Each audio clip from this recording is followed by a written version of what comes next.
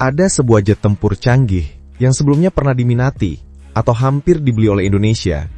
Namun akhirnya, jet tersebut justru akan memperkuat negara lain di kawasan Asia Tenggara. Pencinta aviasi pasti setuju ya. Beli jet tempur itu bukan soal gaya-gayaan atau biar kelihatan keren di langit biru. Tapi ini soal harga diri dan kedaulatan negara.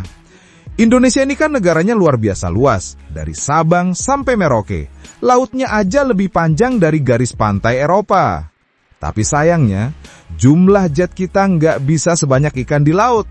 Nah, disinilah pentingnya modernisasi kekuatan udara. Karena buat jaga langit sebesar ini, kita butuh armada yang bukan cuma kuat, tapi juga siap tempur di era modern. Dan pemerintah kita, pelan tapi pasti, sudah berusaha keras memperkuat taring TNI AU di langit Nusantara.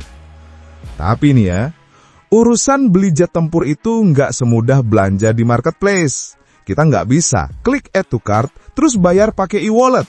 Nggak bisa. Ada negosiasi panjang, diplomasi, dan tentu saja politik internasional yang rumit banget. Nah, balik ke cerita menarik ini. Sekitar tahun 2018, Indonesia sebenarnya udah naksir berat sama yang namanya Su-35 Flanker E, jet tempur canggih buatan Rusia. Pesawat ini bukan kaleng-kaleng guys, ini generasi 4,5. Artinya, dia punya kemampuan hampir mendekati jet generasi kelima kayak F-22 atau J-20. Keren banget pokoknya. Tenaganya gila, radar kuat, dan bisa nari-nari di udara kayak penari balet Rusia. Kita udah siap loh. Waktu itu mau beli 11 unit Su-35, nilai kontraknya sekitar 1,1 miliar dolar AS. Kalau dikonversi itu kira-kira belasan triliun rupiah. Tapi sayangnya, pas semua udah siap, ada tembok besar yang menghalangi. CAATSA dari Amerika Serikat. CAATSA ini singkatannya Countering America's Adversaries Through Sanction. Intinya, siapapun yang beli alat militer dari Rusia, siap-siap kena sanksi dari AS. Nah, Indonesia nggak mau ambil resiko dong, karena bisa berdampak ke ekonomi, hubungan dagang, dan kerjasama militer lain.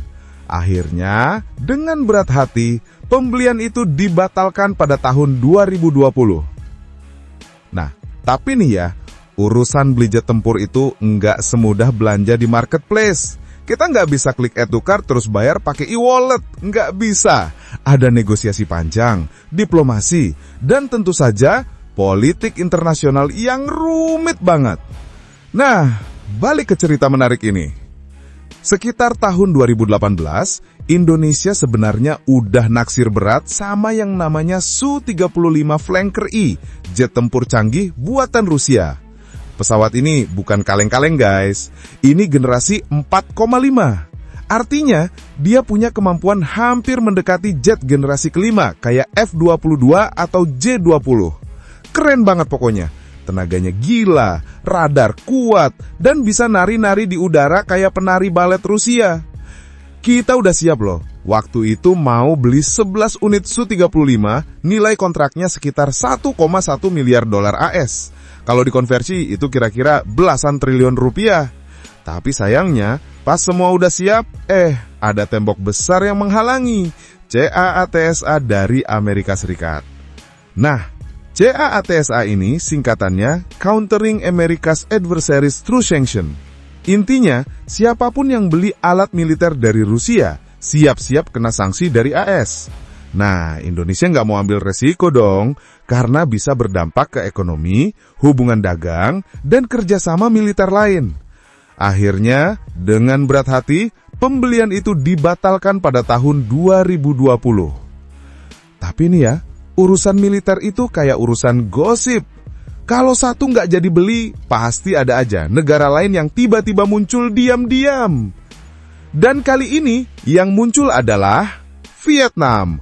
Menurut laporan Defense Security Asia tanggal 5 November 2025, muncul dokumen bocor dari perusahaan pertahanan Rusia, Rostec. Nah ini lucu, karena dokumennya bocor bukan karena wartawan investigasi, tapi karena diretas. Iya, peretas pro-Ukraina ngebobol server internal Rostek. Dan di antara tumpukan file yang mereka temuin, ada satu yang mencantumkan nama kode pelanggan 704. Nah loh, siapa itu pelanggan 704? Setelah ditelusuri, ternyata itu Vietnam.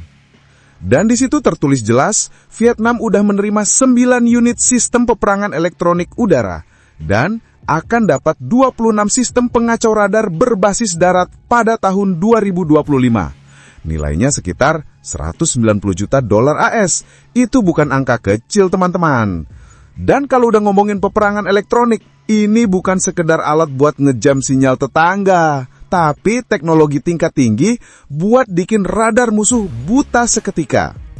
Kalau musuhnya nyalain radar, sistem EW ini bisa bikin sinyalnya muter-muter kayak sinetron gak kelar-kelar. Yang menarik, para analis meyakini bahwa semua peralatan ini kemungkinan besar bagian dari paket besar pembelian Su-35 yang dilakukan diam-diam oleh Vietnam. Jadi bisa jadi Vietnam udah atau sedang dalam proses menerima hingga 40 unit Su-35 senilai sekitar 8 miliar dolar AS. Wah, ini bukan main-main. Kalau benar, berarti Vietnam bakal jadi salah satu kekuatan udara paling tangguh di Asia Tenggara. Dan tentu aja, ini bisa merubah keseimbangan strategis di Laut Cina Selatan. Wilayah yang udah panas dari dulu karena rebutan klaim dengan China, Filipina, Malaysia, dan negara lain.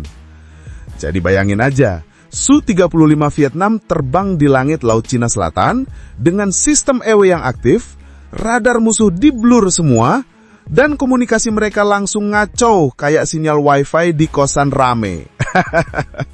Nah, menarik kan? Karena langkah ini bisa jadi sinyal kalau Vietnam pengen nunjukin giginya di kawasan, tapi dengan cara yang halus dan diam-diam.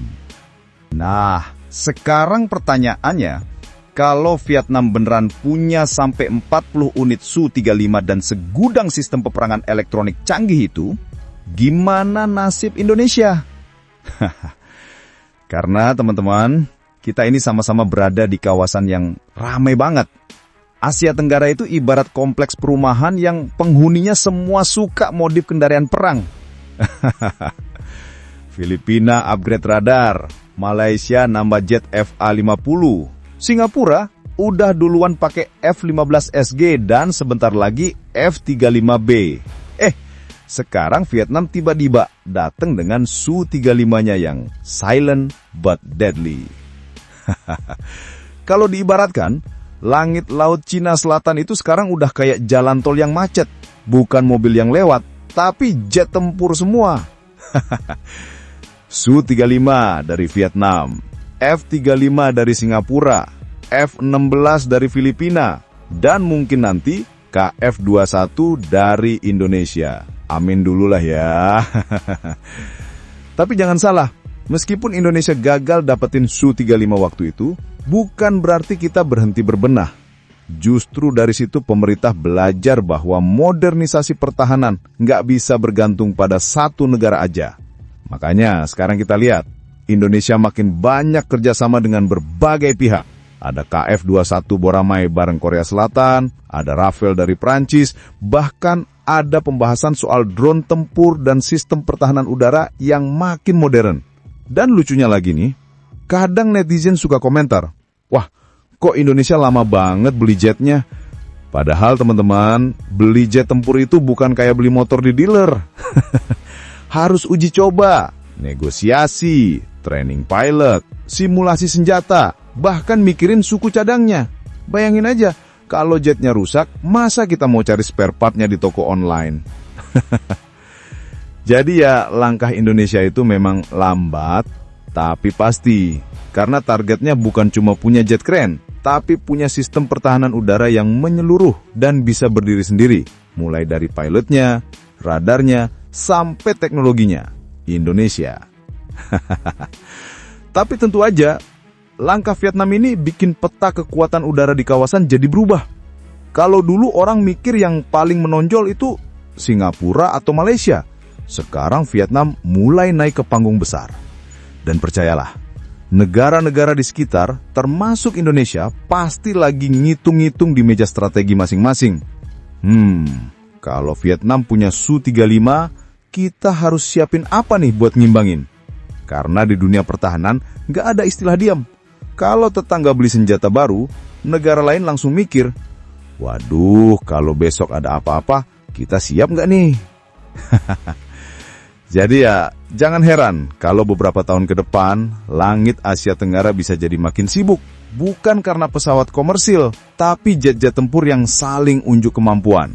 Dan di tengah semua itu, Indonesia akan tetap berusaha menjaga keseimbangan, nggak ikut panas, tapi juga nggak boleh ketinggalan. Karena menjaga langit Nusantara bukan cuma soal kekuatan mesin, tapi juga soal kecerdikan strategi dan ketenangan dalam diplomasi.